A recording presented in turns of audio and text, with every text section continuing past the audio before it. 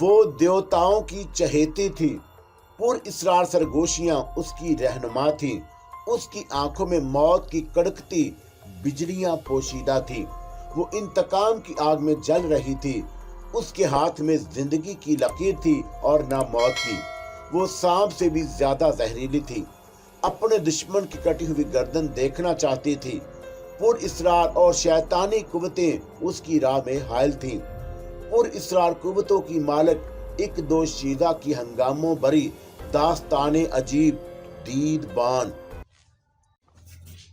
اس روز بھی رات کا کھانا کھا کر میں حسب معمول کوٹھی کے لان میں ٹہلنے آ گئی۔ کویتا مجھ سے اجازت لے کر گھومنے پھرنے نکل گئی تھی، اور اس پر بہت زیادہ سختی کرنا یا پہرے بٹھانا میرے نزدیک مناسب نہیں تھا۔ میرے لیے یہی اطمینان بھی کافی تھا کہ اس کا معاملہ اسی حد تک تھا، اور کوٹھی کی حدود کو بہرحال میں نے اس کے لیے ممنوع قرار دے دیا تھا۔ ابھی مجھے ٹہلتے ہوئے زیادہ دیر نہیں ہوئی تھی کہ عادل کو ادھر آتے دیکھا۔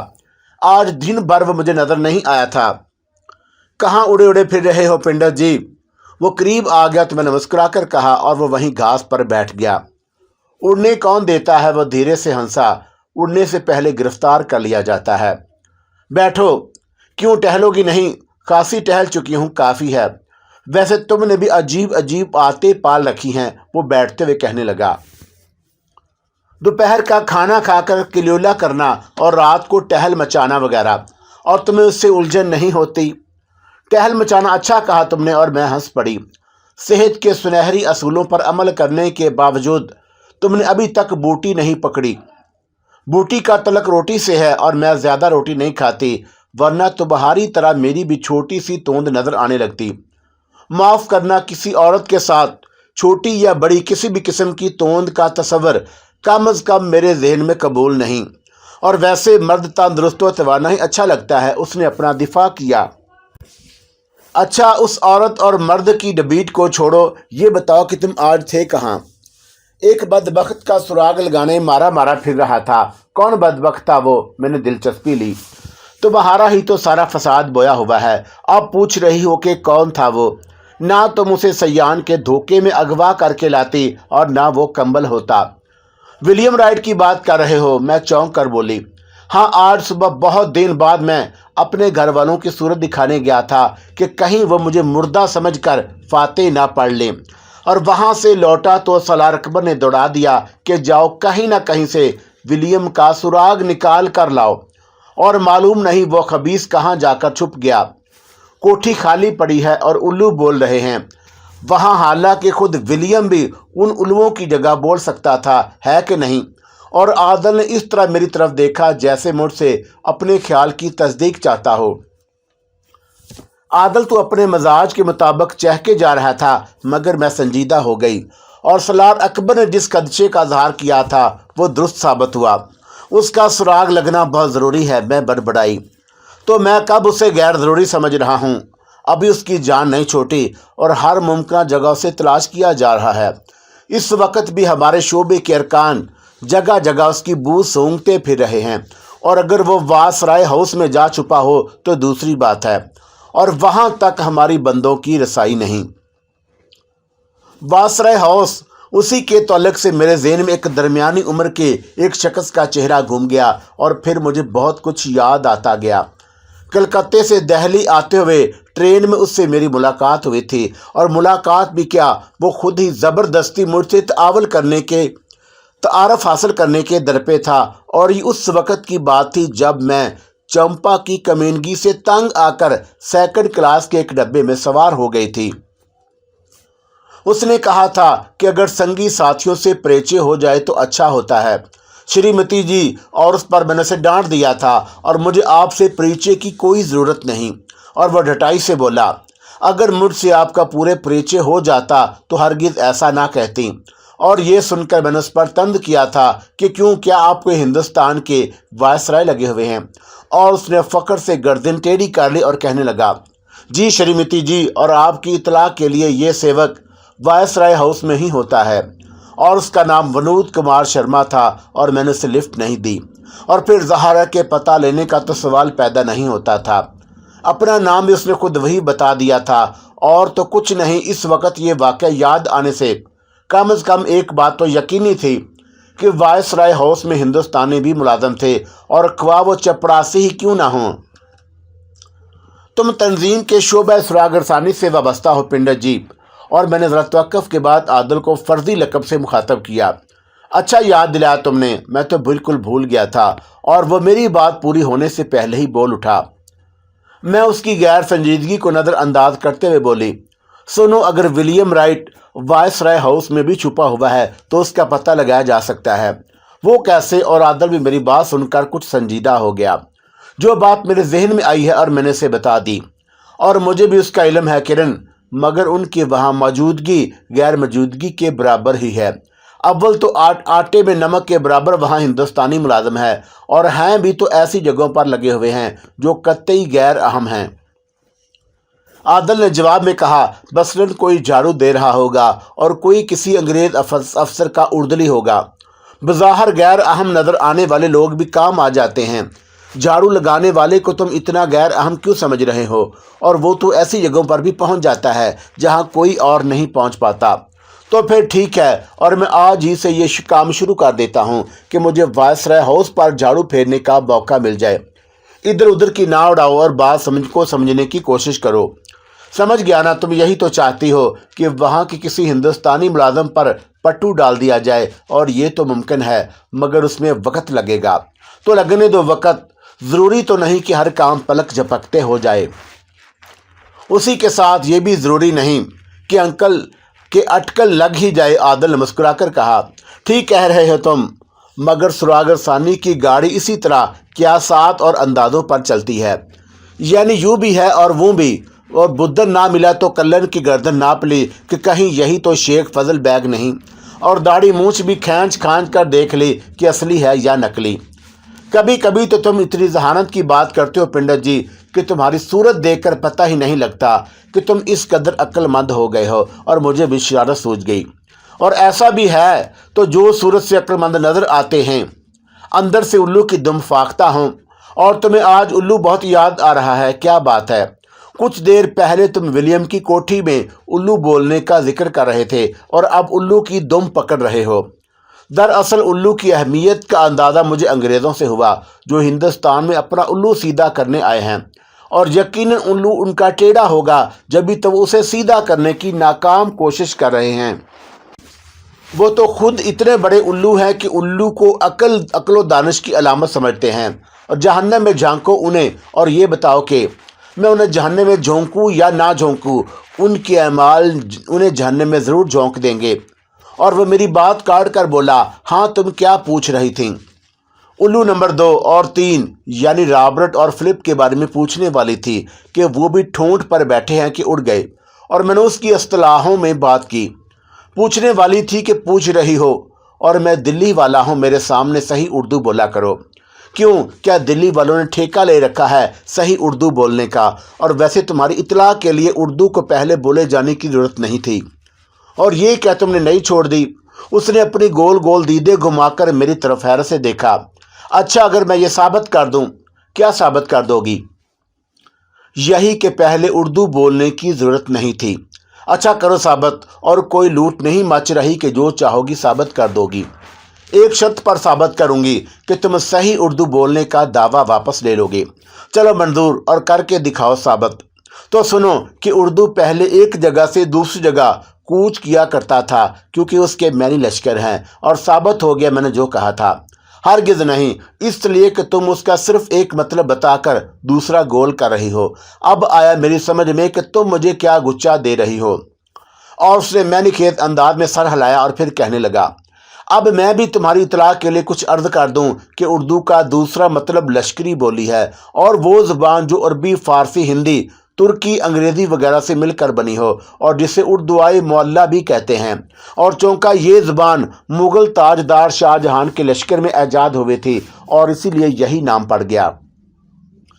पिंडत बाल कमांद को इतनी आसानी से नहीं घिस सकती। और कहो तो उर्दू बाज़ार का मतलब भी बता दूं, क्या याद करोगी?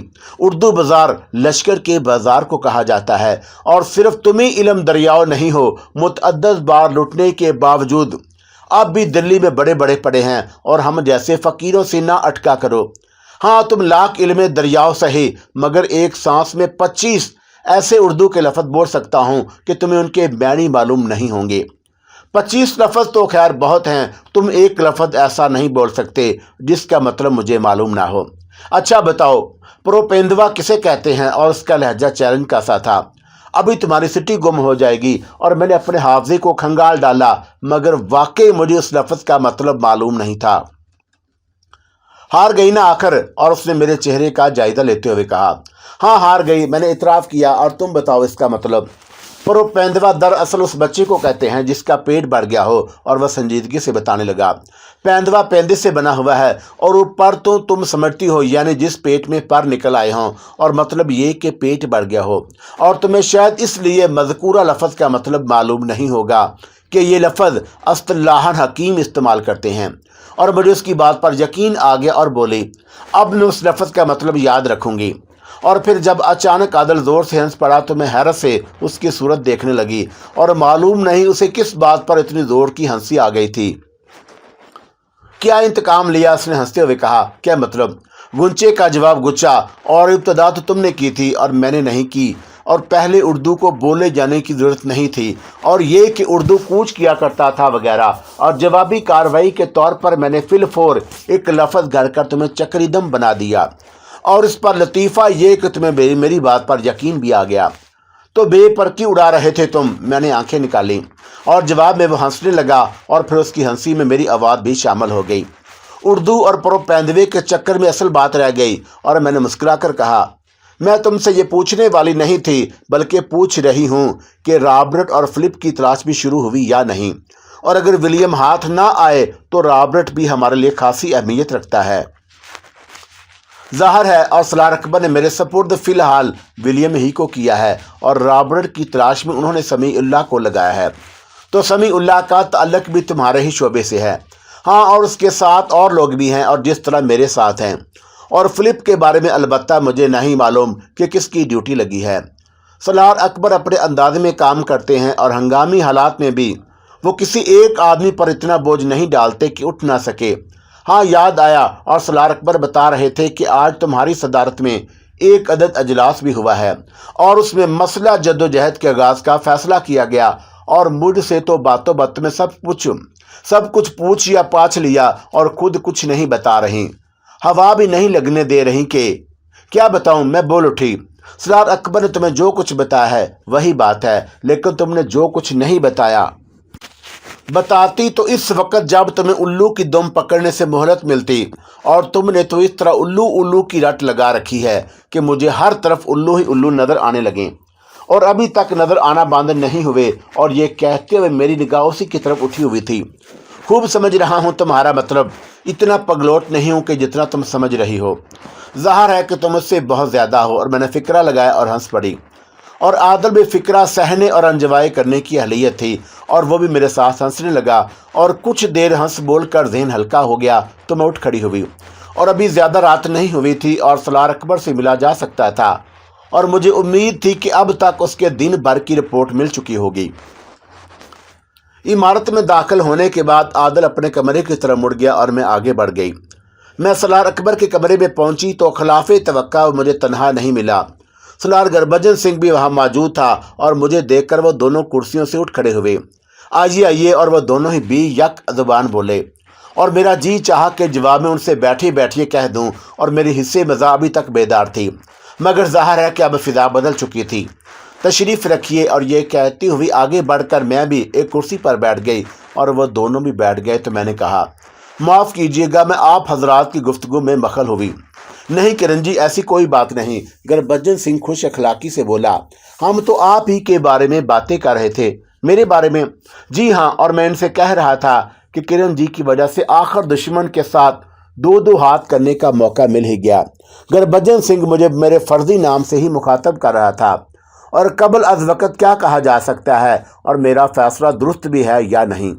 और अभी तो सुप्रीम काउंसिल की मंजूरी भी बाकी है। मुझे तो पूरा यकीन है किरण जी कि सुप्रीम काउंसिल हमारे हक में फैसला करेगी। गुरबचन सिंह की आवाज़ पुरजोश थी। और उसी वक्त सलार अकबर बोल उठा, یہ باتیں تو خیر ہوتی رہیں گی گربجن سنگھ جی، اور کرن جی سے تو پوچھ لو کہ انہیں کیسے زحمت کی۔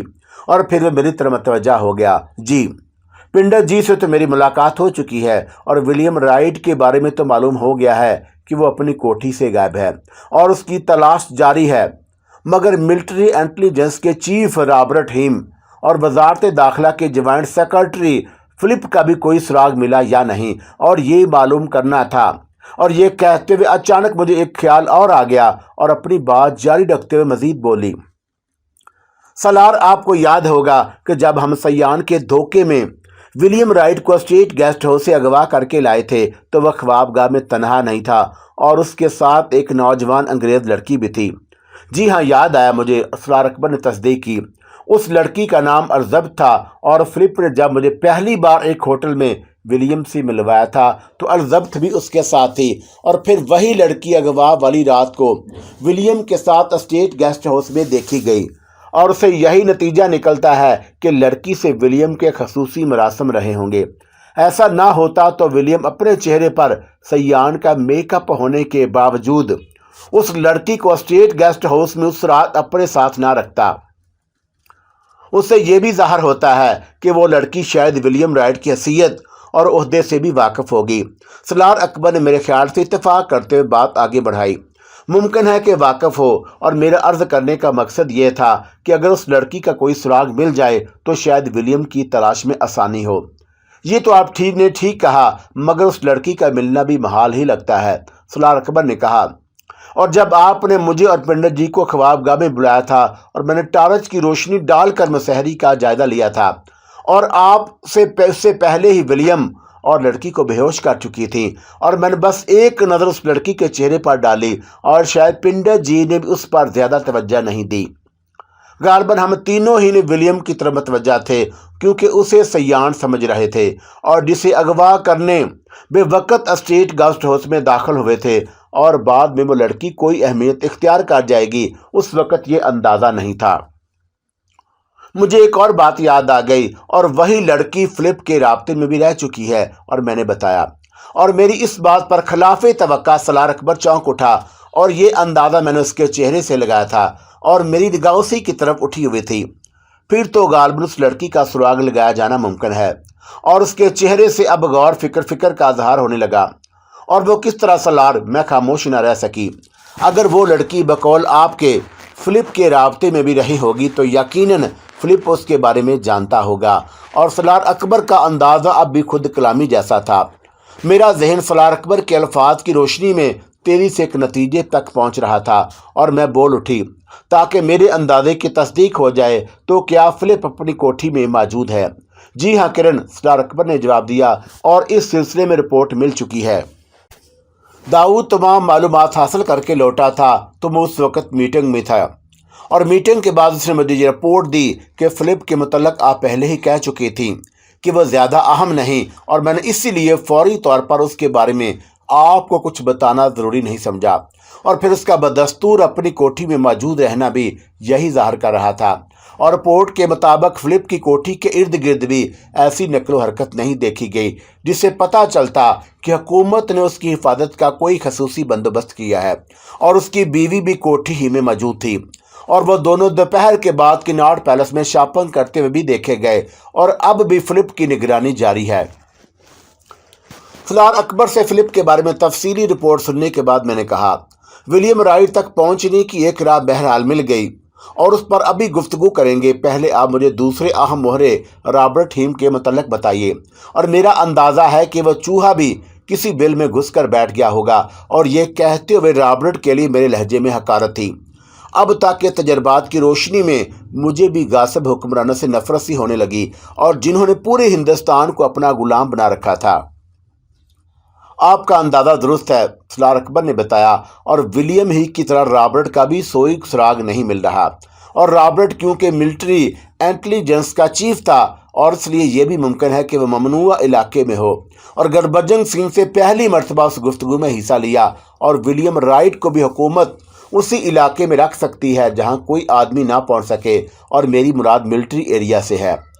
گربجن سنگھ نے ایک نئی راہ سجائی، لیکن رابرٹ کی حد تک मुझे उसकी बात में वजन मालूम हुआ और विलियम का मामला मेरी नज़र में ज़रा मुख्तलिफ था। उसका एक सबब यह भी था कि मैंने विलियम के मजाज के कुछ अंदाज़ा कर लिया था कि अपने फ़राइज़ अदा करने के साथ साथ उसका मामला कुछ यूँ लगता था। बाबर बे ऐश कोश के आलम दोबारा निसत, और इससे पहले कि मैं कुछ कहती, सलार अकबर ने गुरबचन सिंह के ख्याल से इत्तफाक किया और बोला, और उसके बावजूद हम अपनी कोशिश जारी रखेंगे, क्योंकि बहरहाल ये सिर्फ एक अमकान है। और फिर वह मुझसे मुखातब हुआ, रॉबर्ट के बारे में दरियाफ्त करने से पहले आप मजीद किसी गुफ्तगू?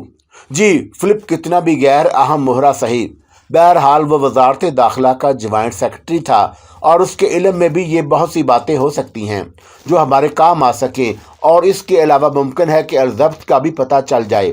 और फिर मैंने महज़ब अल्फाज में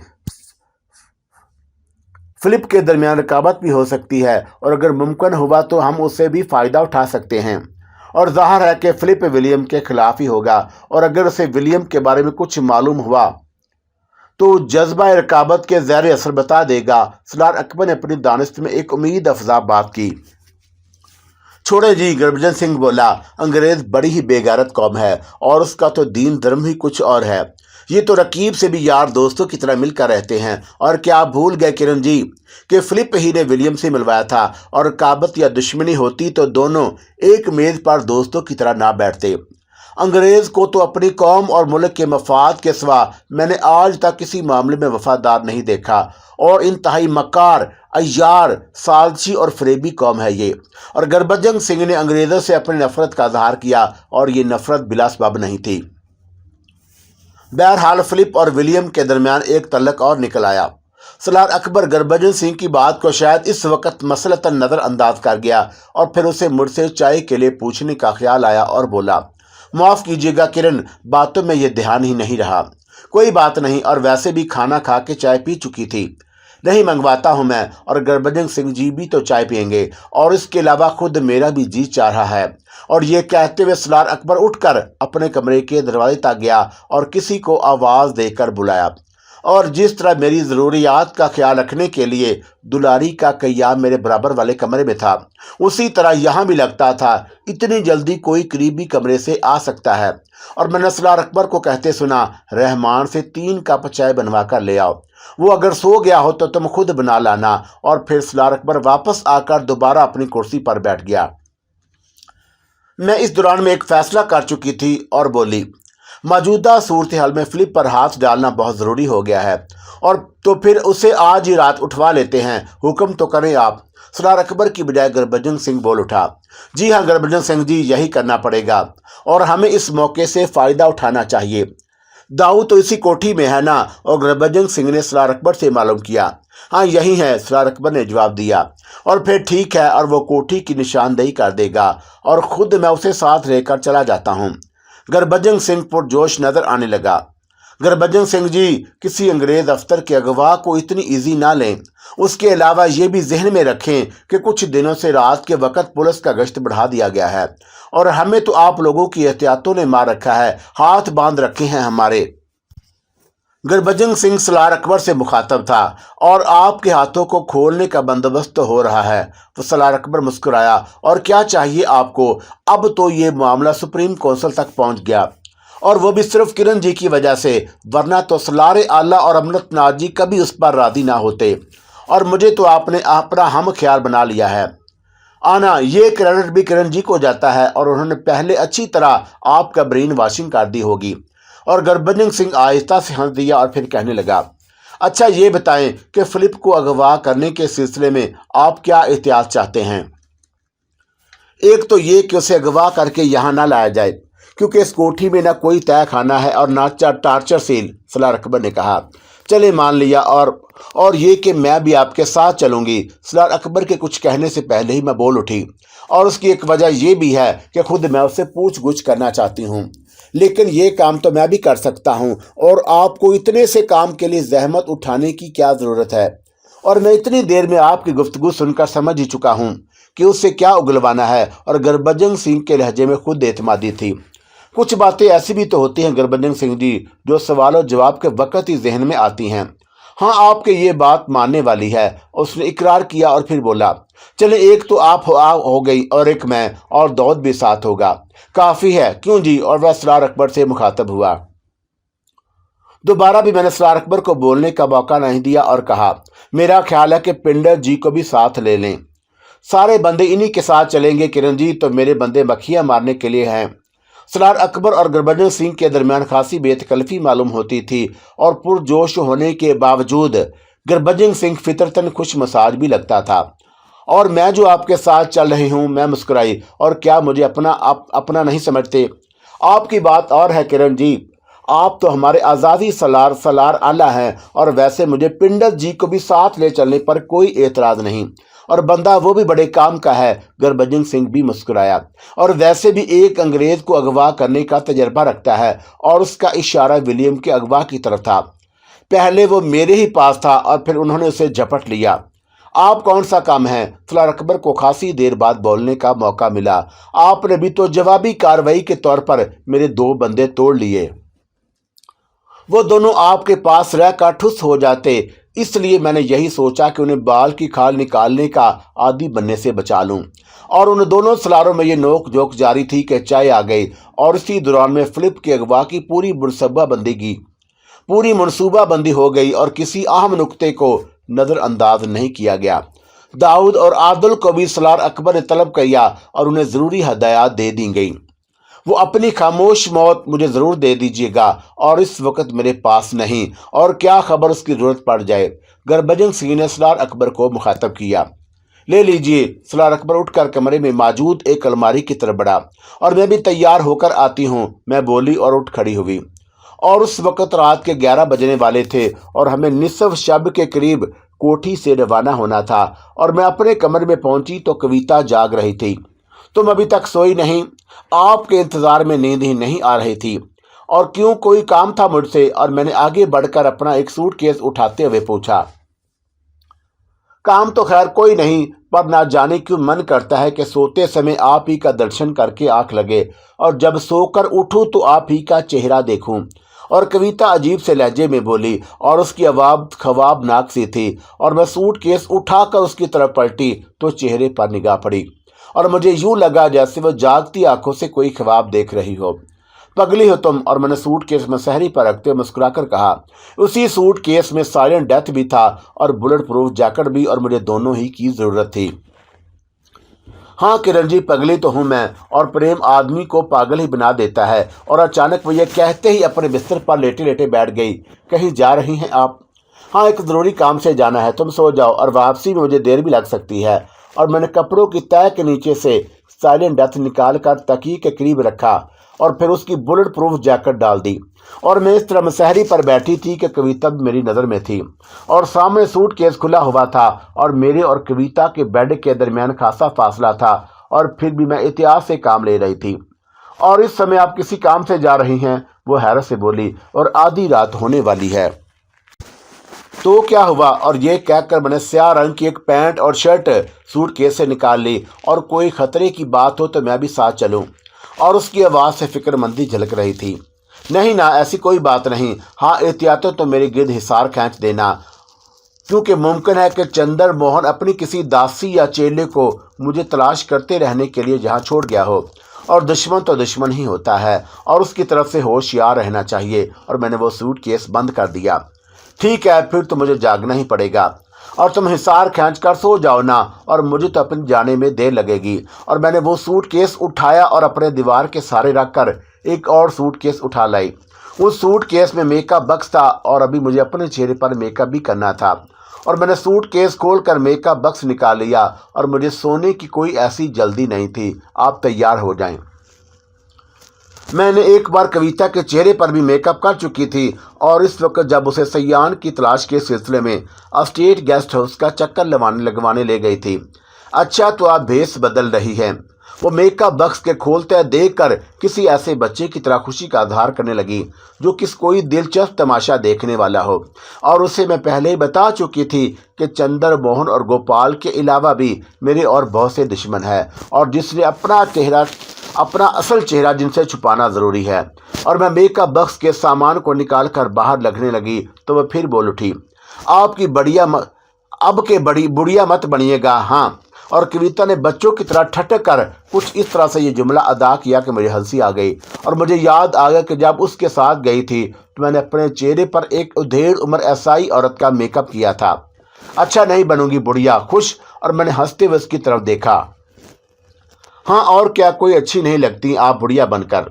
अच्छा या बुरा लगने के लिए चेहरे नहीं बदलते पगड़ी कहीं की। मकसद तो बात दुश्मन की नज़र से खुद को छुपाना होता है। और मैंने उसे समझाया और मेकअप करने लगी। कविता मुझे मेकअप करते हुए बड़े शौक से देखती रही और मैं कुछ देर बाद मेकअप से फारग हो गई तो मैंने मेकअप बक्स बंद करके सूटकेस में वापस रख दिया। बोलो, अब तो बुढ़िया नहीं लग रही तुम्हें। और मैं उठ खड़ी हुई। हाँ बुढ़िया तो नहीं लग रही, मगर अब भी अगर मगर की गुंजाइश रह गई। और मैंने वो सूटकेस भी उठाकर उसकी जगह रख दिया। और इससे आपका असली चेहरा बहुत ज़्यादा सुंदर है, उसने अगर मगर वाली बात कह दी। और उसी असली चेहरे को तो छुपाना था और नकली चेहरे के पीछे, वरना तो भेस बदलने की जरूरत ही क्या थी। और उसके बाद मैंने तैयार होकर कमरे से निकलने में ज़्यादा देर नहीं लगाई। कविता ने मेरे गिर्द वो हिसार खींच दिया और जिसकी मौजूदगी में चंदर मोहन या गोपाल के किसी चेले को चाटने में दिखाई ना देती। और वक्ते मुकर्रा से कुछ पहले ही मैं सलार अकबर के कमरे में पहुंच गई। आदल, दाऊद और गुरबचन सिंह के चेहरे भी मुझे बदले हुए नजर आए और लिबास भी, और वो तीनों भी कील कांटे से लेस हो चुके थे। वैसे तो गुरबचन सिंह जी पहचानने में नहीं आ रहे, मगर उनकी पगड़ी सारा भेद खोल रही है। सलार अकबर ने मुस्कुराकर कहा, देखिए जनाब, आप मेरी पग पर हमेशा उस वक्त एतराज़ करते हैं जब मैं मेकअप करता हूँ, और आपको आखिर कब यकीन आएगा कि मैं बहकाए में आकर ना अपने बाल कटवाऊंगा और ना दाढ़ी मंडवाऊंगा। गुरबचन सिंह उठते हुए बोला, और मैं तो खैर इसलिए कह रहा था कि आपकी पगड़ी से एक आध सफ़ेद बाल बाहर झांक रहा था, जबकि चेहरे से जवान नजर आ रहे हैं। ये हो ही नहीं सकता। गुरबचन सिंह ये कहकर आदल से मुखातब हुआ, देख लो पंडित जी, तुम्हारे गिर्द को यह ख्याल भी नहीं कि यहाँ तुम बच्चे वाले भी मौजूद हो। और इससे पहले कि आदल कुछ कहता, सलार अकबर बोल उठा, गुरबचन सिंह जी जल्दी निकल लें, 12 बजने वाले हैं। और सलार अकबर के इस बरजस्ता फिक्रे पर कमरा कहकों से गूंजने लगा और इनमें से सबसे जानदार कहका खुद गुरबचन सिंह का था। वो बड़ा जिंदा दिल आदमी था और चलते चलते उसने सिखों और 12 बजने के मतलब से खुद ही एक लतीफ़ा सुना दिया। और सिखों को मालूम नहीं कि किसने उसे गलतफहमी में मुब्तला कर दिया है और 12 बजे उनकी अकल खबत हो जाती है। हुआ क्या कि एक मरतबा उन्होंने सोचा कि क्या खबर इस अफवाह में कोई हकीकत हो। लो जी, बड़े बड़े दानशमंद किस्म के सिख एक कमरे में जमा हो गए और सामने दीवार पर पंडोलम वाली घड़ी लटका दी। 12 बजने में इस वक्त कुछ ही देर बाकी थी और सब की नज़रें घड़ी पर जमी हुई थीं कि हम भी तो देखें कि आखिर हमें ठीक 12 बजे क्या हो जाता है। और 12 बजने में चंद सेकंड रह गए थे कि एक सरदार जी भागते हुए दीवार तक पहुंचे और घड़ी का पंडोलम पकड़ कर लटक गए और कहने लगे, मैं 12 ही नहीं बजने दूंगा और जो किसी की अकल खबत हो। और एक बार फिर कमरे में हंसी की जोरदार आवाज़ गूंजी और उसी वक्त दीवार गिर घड़ी ने टन टन की आवाज़ के साथ 12 बजने का ऐलान कर दिया और उस पर और भी कहका पड़ा।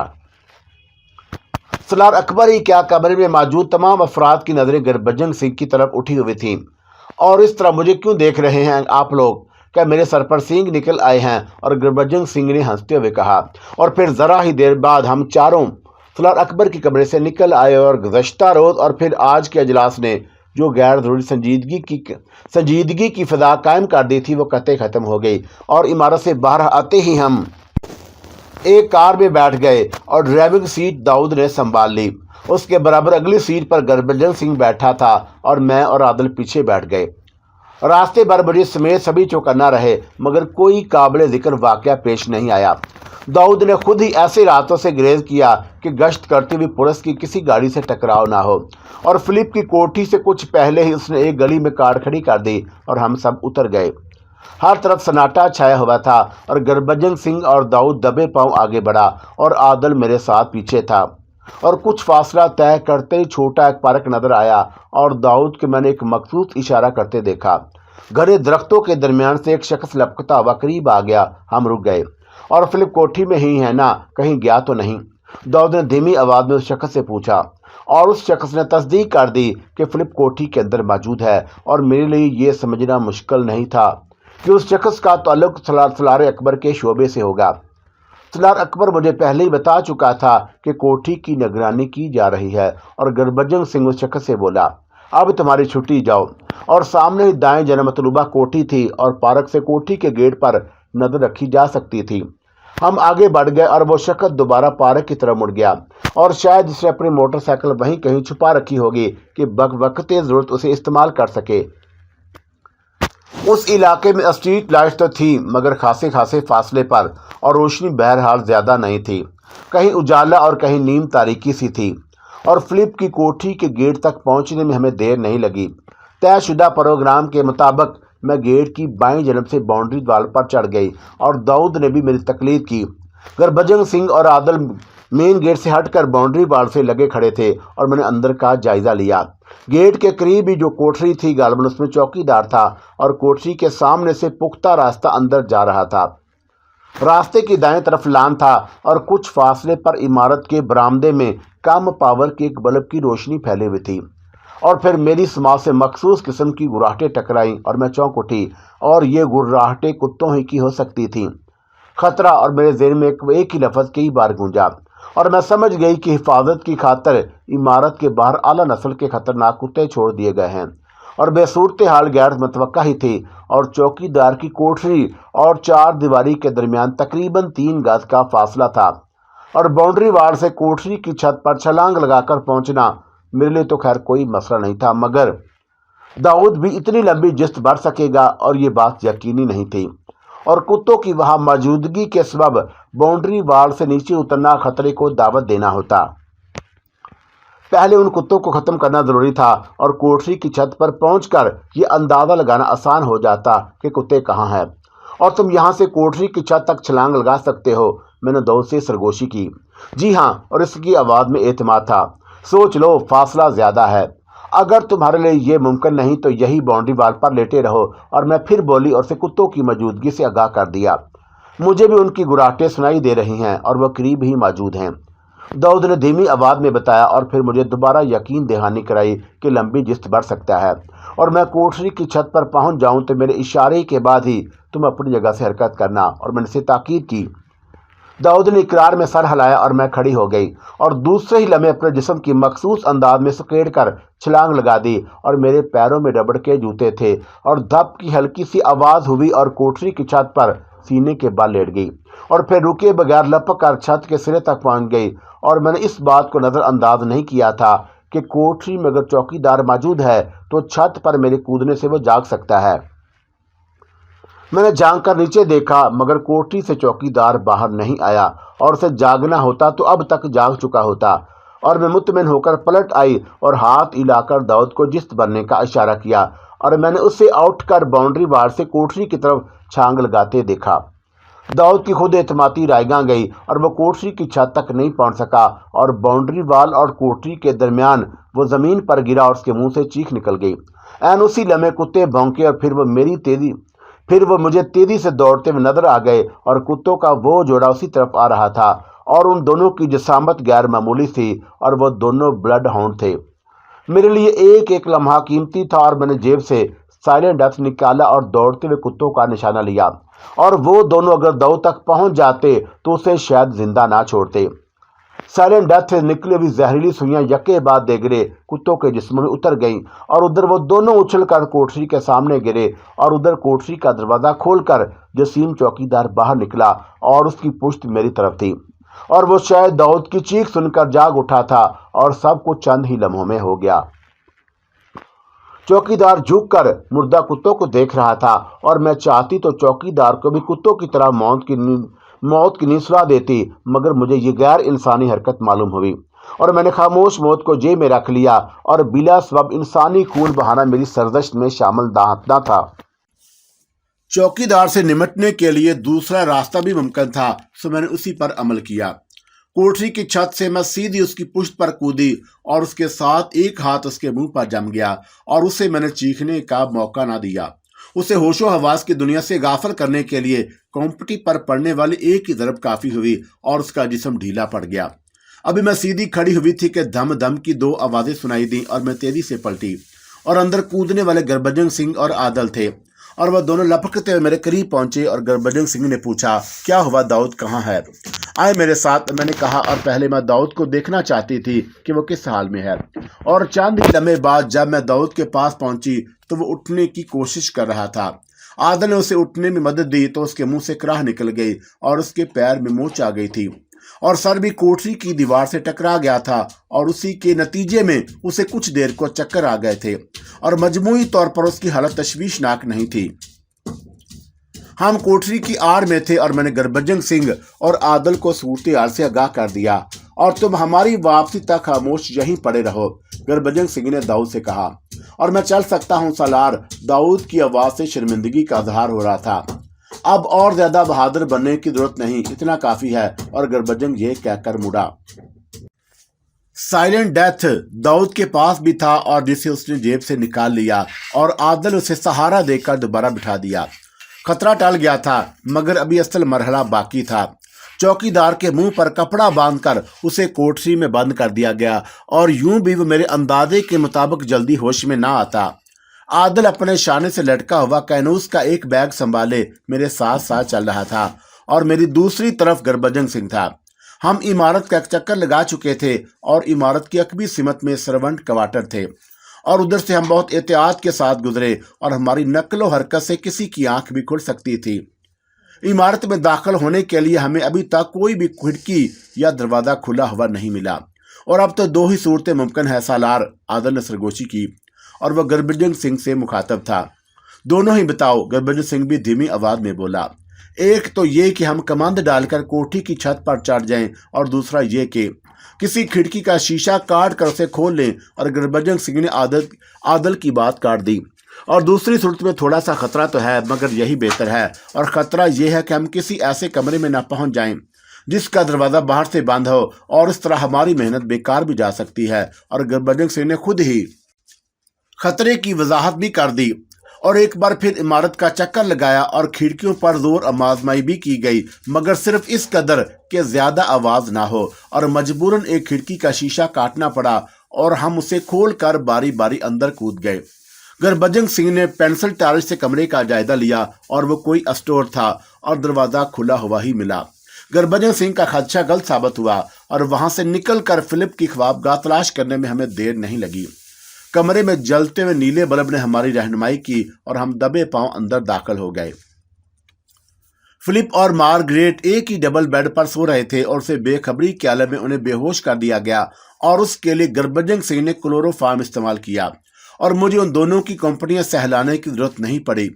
मैं फिलिप को अपनी पुश्त पर लादने के लिए आगे बढ़ी तो गुरबचन सिंह ने मुझे रोक दिया और उसी वक्त आदल ने कैनूस का बैग शाने से उतार कर गुरबचन सिंह की तरफ बढ़ाया। सलार, ये बैग ले लें, आदल ने कहा, और मेरी मौजूदगी में आप ये बोझ ढोते हुए अच्छे नहीं लगेंगे। आदल ने यह कहते हुए गुरबचन सिंह को बैग थमाया और बेड की तरफ बढ़ा। अच्छा जवान, तो तू ही उठा ले। और गुरबचन सिंह पीछे हट गया। मार्गरेट को वहीं बेहोशी की हालत में छोड़कर हम कमरे से निकल आए और फिर हमें उस इमारत से बाहर आने में कोई दुश्वारी नहीं हुई। फिलिप की अगवा में सिर्फ इब्तदाई मरहला जरा दुश्वार साबित हुआ था और दाऊद को हम जहां छोड़ गए थे वहीं मिला। गुरबचन सिंह ने उसे सहारा देकर उठाया और गेट का रुख किया। फिलिप भारी तनतोष का मालिक नहीं था और आदल उसे इत्मीनान से उठाए हुए चल रहा था और मैंने आहिस्तगी से फाटक का जैली दरवाजा खोल दिया। कार तक पहुंचने में दाऊद की वजह से थोड़ी कबाहत हुई और आदल ने बेहोश फिलिप को अगली और पिछली सीटों के दरमियान डाल दिया और वापसी में आदल ने ड्राइविंग की सीट संभाली और दाऊद पीछे मेरे साथ बैठा था और गुरबचन सिंह अगली सीट पर था। फिलिप की अगवा की महन तवक्का के मुताबिक कामयाब रही और वह कोठी भी नई दिल्ली की हदूद में थी और जहां फिलिप को लाया गया और ज्यादा वक्त इसलिए नहीं लगा। उस कोठी में तय खाना भी था और तय खाने का नक्शा बिल्कुल वही था जो मैं पहाड़गंज वाली कोठी में देख चुकी थी। विलियम राइट की तरह फिलिप को भी दो सतूनों के दरमियान जंजीरों से बांध दिया गया और वो भी अभी तक बेहोश था और उसकी गर्दन एक तरफ ढलकी हुई थी और उसके मुंह पर पानी के कुछ छींटे मारो पिंडर जी। फिलहाल गुरबचन सिंह ने आदल से कहा। आदल गुरबचन सिंह के हुक्म की तामील करने लगा और गुरबचन सिंह जी, आप ऊपर जाके आराम करें और मैं इसके लिए बहुत हूँ। मैं बोली और एहतियातन अब आवाज बदलकर बोल रही थी कि क्या खबर फिलिप को कभी होश आ जाए। और विलियम के सिलसिले में एक मर्तबा मैं धोखा खा चुकी थी और मैं ये नहीं चाहती थी कि फिलिप मुझे मेरी आवाज़ से पहचान ले। और उस पर गुरबचन सिंह भी चौंका और फिर शायद मसलत को समझ गया। ना किरण जी, ये कैसे हो सकता है कि मेरे पैर में तो मोच नहीं आई और ना सर दीवार से टकरा है। और उसका इशारा दाऊद की तरफ था जिसे ऊपर ही छोड़ दिया गया। और ये मुमकिन नहीं कि आप तो यहाँ जागती रहें और मैं जाकर सो जाऊं। और फिर मैंने इसरार नहीं किया और फिलिप को होश में लाने में खासी देर लगी। ये बेहोशी की दवा का असर था और होश में आते ही वो इस तरह इधर उधर नजरें घुमाने लगा जैसे कोई भयानक ख्वाब देख रहा हो। और आखिरकार वो बोल ही उठा, मैं कहाँ हूँ? और उसकी आवाज़ से शदीद खौफ झलक रहा था। उसने अंग्रेजी ज़बान में ये अल्फाज अदा किए थे, ये जानने से तुम्हें क्या फ़ायदा? कोई फ़ायदा नहीं होगा मिस्टर फिलिप, मैं चुभते हुए लहजे में बोली। और जरिया इजहार ही वही था और मैं आवाज़ बदली हुई थी। तथा तुम कौन हो? और वो अब भी हकला रहा था। ये बताने से भी कुछ हासिल नहीं, क्योंकि तुम यहाँ से जिंदा बचकर नहीं निकल सकोगे। नहीं नहीं नहीं, वो दहशत अदा होकर चीख उठा। और मेरा मकसद ये भी यही था। और बहरहाल विलियम राइट था। विलियम राइट को एक बेवा क्रेड से यही तवक्का की जा सकती थी। अगर तुम जिंदा रहना चाहते हो तो जो पूछा जाए बताते रहो। और कुछ देर तक वो गालबन अपने हवास मजतमा करता रहा और फिर बोला, तुम लोग मुझसे क्या पूछना चाहते हो? कोई सवाल नहीं मिस्टर फिलिप। और मेरी आवाज़ में सख्ती आ गई। तुम्हें सिर्फ जवाब देना है। और फिर उससे कुछ कहने का मौका दिए बगैर पहला सवाल किया, तुम अलजब्त को जानते हो? अलजब्त और खौफ के साथ साथ अब उसके लहजे में हरत भी थी और शायद उसे किसी ऐसे सवाल की तवक्का न थी। हाँ अलजब्त। और मैं जोर देकर बोली, वही अलजब्त जिसे तुमने पहली बार विलियम राइट के साथ देखा था। और अलजब्त की तरह विलियम राइट के नाम पर भी तुम हैरत का इजहार करना चाहते हो तो बता दूं कि विलियम राइट सीक्रेट सर्विस का सरबराह रह चुका है और मैं उसे जानता हूँ। कैसे? अलजब्त को या किसे? अलजब्त को या विलियम राइट को? मैं दोनों को। और फिलिप ने बिला तामल एतराफ़ कर लिया। अलजब्त का पता मालूम है तुम्हें? मैंने दरियाफ्त किया। और उसने मुझे अपना पता तो दिया था मगर मैं कभी वहाँ नहीं गया। पता याद है और मैं उसे कुछ सोचने की मोहलत नहीं दे रही थी और पे दर पे सवाल किए जा रही थी। उसके चेहरे से ज़ाहिर होने लगा जैसे वह पता याद कर रहा हो। और फिर उसने नई दिल्ली से एक पता बता दिया और मैंने अपने ज़हन में पता महफूज कर लिया और पूछा, कोठी नंबर यही है ना? और अगर अलजब्त उस पते पर नहीं मिली तो? मैंने धमकी देने के अंदाज में दानिस्ता अपना जुमला अधूरा छोड़ दिया। जहाँ तक मुझे याद है पता यही है, लेकिन वो अगर उसने गलत पता बताया हो तो ये, और मेरी गलती तो नहीं होगी। वो इस तरह बोला जैसे रो देगा। गुरबचन सिंह के इशारे पर आदल ने भी एक नोटबुक में अलजब्त का पता लिख लिया। और तुम्हें अचानक माजूल क्यों कर दिया गया? मैंने अगला सवाल किया। उसने जवाब देने में देर नहीं लगाई। मेरी बदकिस्मती और चार्जशीट के मुताबिक ज्यादा मासूम या चालाक बनने की कोशिश ना करो फिलिप। और मैंने सख्ती के साथ उसकी बात काट दी। और तुम अंदर से जितनी कुत्ती नस्ल हो मैं अच्छी तरह जानती हूँ। और मैं चार्जशीट सुनने के लिए तुम्हें यहाँ लेकर नहीं आई। हकीकत बयान करो मेरे सामने। वही तो बयान कर रहा हूँ। और उसने यकीन दिलाया और चेहरे का रंग उड़ने लगा। और ये ज़ुबान अरसे की बात नहीं कि सूबा बंगाल से मेरा तबादला यहाँ हो गया। मालूम है मुझे। पहले तो वजारत इत्तलात और नशरियात में थे और यहाँ तुम्हारा तबादला होम मिनिस्ट्री में एडिशनल या ज्वाइंट सेक्रेटरी के तौर पर हुआ। और मैंने ये सब कुछ इसलिए कहा कि वो किसी मामले में डंडी ना मारे और उसे यकीन आ जाए कि मुझे उसके बारे में मुकम्मल मालूमात हासिल हैं। आगे कहो। और फिलिप के चेहरे पर हैरत नजर आई और फिर वह बताने लगा, कलकत्ते से ट्रेन में दिल्ली का सफ़र करते हुए मेरी मुलाकात एक जुर्म पेशा औरत रानी से हुई।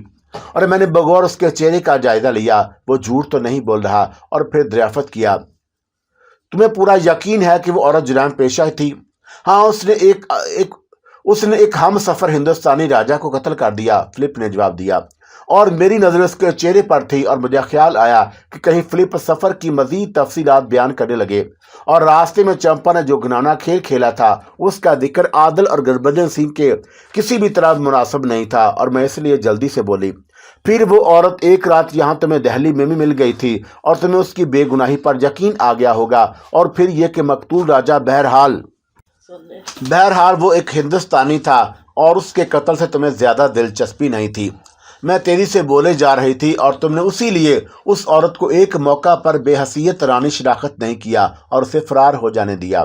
اور میرے اس سوال کا جواب دو کہ اس عورت رانی کے متعلق تمہیں ولیم رائٹ نے تو کچھ نہیں بتایا؟ میں نے اسے پابند کر دیا۔ نہیں، ولیم سے اس سلسلے میں میری کوئی بات نہیں ہوئی، اور تمہیں کسی دوسرے ذریعے سے بھی رانی کے متعلق مزید کچھ پتہ نہیں چلا؟ اور اس مرتبہ بھی فلپ کا جواب انکار ہی میں تھا، اور پھر اس نے میرے ایک اور سوال کے جواب میں بتایا کہ مجھے معزول نہیں معطل کیا گیا ہے، اور چارج شیٹ میں اسی عورت رانی کی مدد کرنے پر جواب طلب کیا گیا۔ مجھ سے پوچھا گیا کہ جب میں نے اس عورت کو ولیم رائٹ سے ملوایا تو حقیقت کیوں چھپائی، اور ولیم رائٹ کو اس عورت کا نام مس گریٹا کیوں بتایا؟ اور فلپ کے جوابات سے اب تک یہی ظاہر ہوا کہ وہ میری طرف ایک حیثیت سے واقف ہے، اور میں معاملہ ہوں اور وہ یہ نہیں جانتا، اور اس کے چہرے کے تاثرات اور لہجے سے میں نے یہی اندازہ قائم کیا کہ وہ جھوٹ نہیں بول رہا۔ اور پھر بھی میں نے اسے مزید یقین دہانی کی خاطر عادل کو اشارہ کیا، اب تم اس سے معلوم کرو کہ واقعی اس نے سچ بولا ہے۔ عادل نے بھی شاید محسوس کر لیا کہ فلپ کا بیان غلط نہیں، اور اس نے فلپ کو مزید دہشت زدہ کرنے کے لیے اس کے سر پر نال رکھ دی۔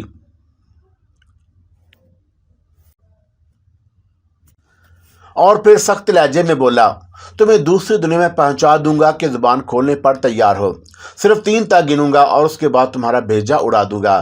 1۔ عادل نے گنتی شروع کر دی، اور میری نظر فلپ کے چہرے پر جمی ہوئی تھی، اور موت کو خود سے اس قدر قریب دیکھ کر شاید اس کے حواس گم ہو گئے۔ 2۔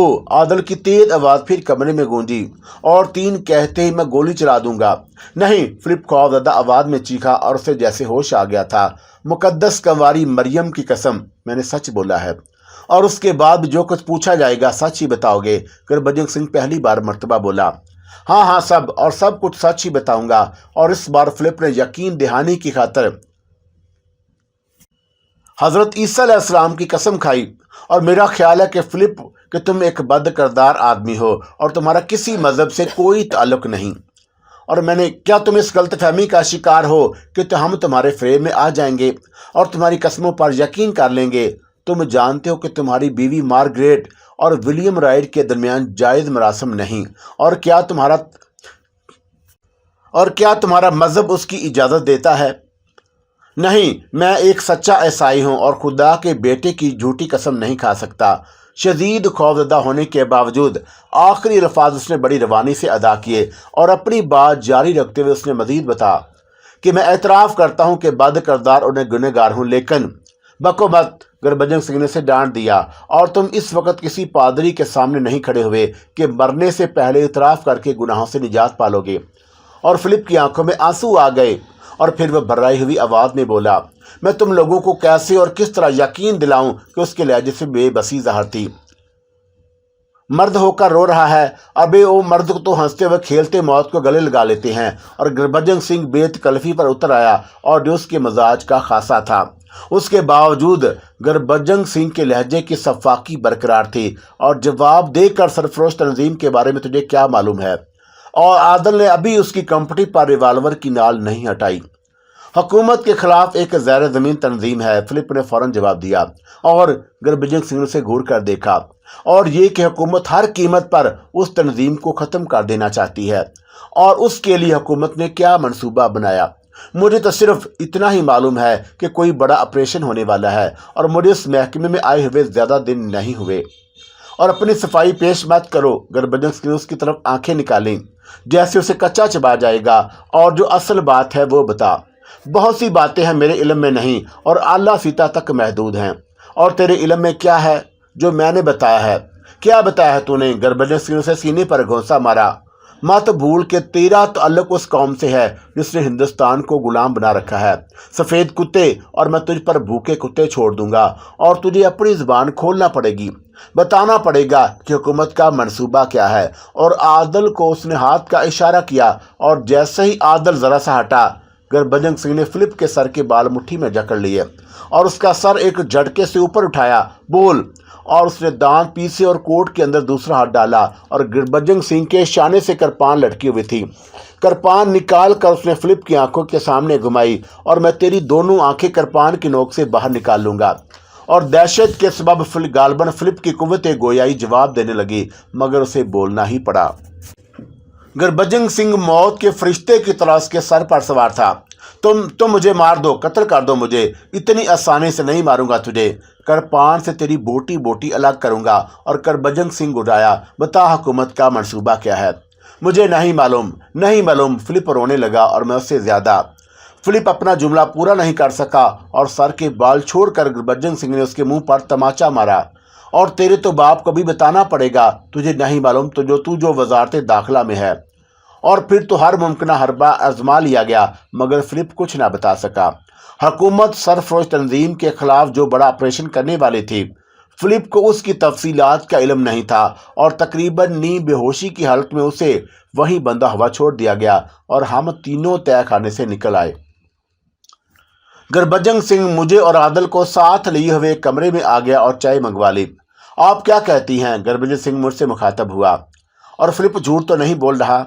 मेरा अंदाजा है कि उसे शायद मंसूबे की तफसील का पता नहीं, मैंने जवाब दिया। और अगर उसे कुछ मालूम होता तो इतने टार्चर के बाद जरूर कुछ बता देता। और आदल ने भी मुझसे इत्तफाक किया। और गुरबचन सिंह ने हंकारा भरा और फिर कहने लगा, डिसूजा की तरह उसकी अगवा से भी क्या कोई फायदा उठाया जा सकता है? इस सिलसिले में सोचना पड़ेगा, मगर उसकी अगवा से हुकूमत चौकन्ना जरूर हो जाएगी। और मेरा ख्याल है कि उसे दानिस्ता ला इल्म रखा गया है, और ऐसा ना होता तो विलियम और रॉबर्ट की तरह फिलिप को भी गायब कर दिया जाता। और ये सिर्फ ऊपर की कहानी है जो फिलिप के जरिए हम तक पहुंची, और असल कहानी सीक्रेट सर्विस और मिलिट्री इंटेलिजेंस के इदारों तक महदूद रखी गई। और फिलिप से बस एक ही काम की बात मालूम हो सकी कि अलजब्त का पता, लेकिन हमें जल्दबाजी से ग्रेज करना चाहिए। और फिर मैंने अपनी बात की वजाहत में मजीद कहा कि अलजब्त की नकल हरकत पर हमें कड़ी नजर रखना होगी, और उस यकीन के बाद कि विलियम की राइट की कोठी में छुपा हुआ है, हम कोई कदम उठाएंगे। फिलिप के अगवा से क्या विलियम जैसा अय्यार शख्स ये नहीं सोच सकता कि इस तरह हम उस तक पहुंचने की कोशिश कर रहे हैं? आदल ने एक अहम सवाल किया। यकीनन, मैंने तायद की। और विलियम को मालूम होगा कि फिलिप से भी अलजब्त मिलती रहती है और किसी भी अमकान को नज़रअंदाज नहीं किया जा सकता। उसके बावजूद हमारी लाइन ऑफ एक्शन यही रहेगी। और मेरा लहजा फैसला कुन था। और इस वक्त 3 बजने वाले थे। गुरबचन सिंह बोला, और सुबह होने से पहले विलियम को फिलिप के अगवा की खबर नहीं हो सकती। तो फिर अगर विलियम अलजब्त ही की कोठी में है तो हम उस पर हाथ डाल सकते हैं, गुरबचन सिंह ने जवाब दिया। और यही तो तय नहीं गुरबचन सिंह जी, ऐसा ही किसी जल्दबाजी से ग्रेज के लिए तो मैंने भी इशारा किया था। और कभी कभी इस तरह के फौरी इकदामात बना बनाया खेल भी बिगाड़ देते हैं।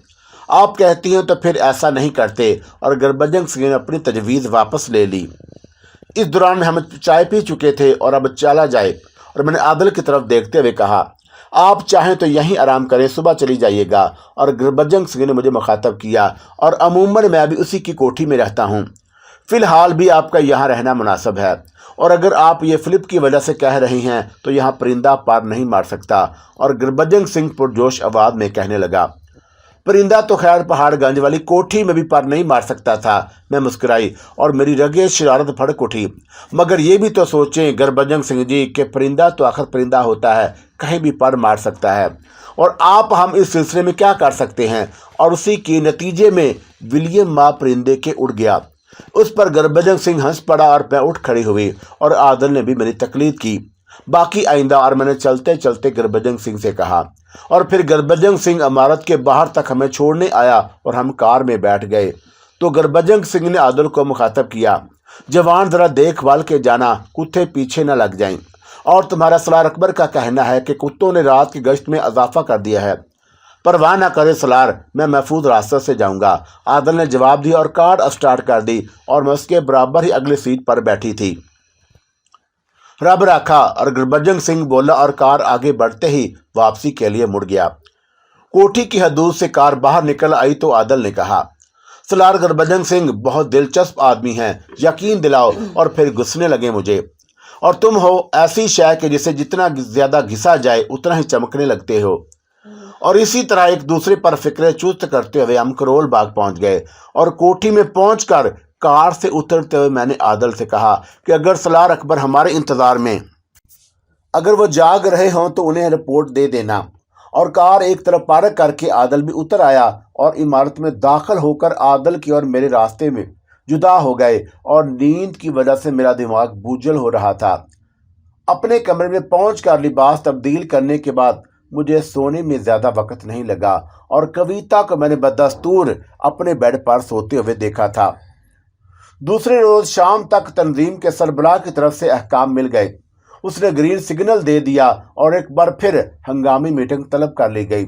جیکسن اور گربجنگ سنگھ حسب توقع خاصے پرجوش نظر آ رہے تھے اور دونوں ہی نے میری تجویز قبول کیے جانے پر مجھے مبارکباد دی، اور میٹنگ میں یہ طے کیا جانا تھا کہ حکومت پر پہلی کالی ضرب کب اور کہاں اور کیسے لگائی جائے، اور اس ضمن میں مختلف تجاویز زیر غور آئیں اور طریقہ کار اور لاہ عمل پر زوردار بحث ہوئی، اور کسی بھی تجویز پر عمل کرنے کے لیے سب سے پہلے ہمیں انتہائی تربیت یافتہ افراد کی ضرورت ہوگی، میں نے کہا، اور ہمارے پاس ایسے کمانڈوز ہیں جنہیں فوجی انداز میں تربیت دی گئی ہے۔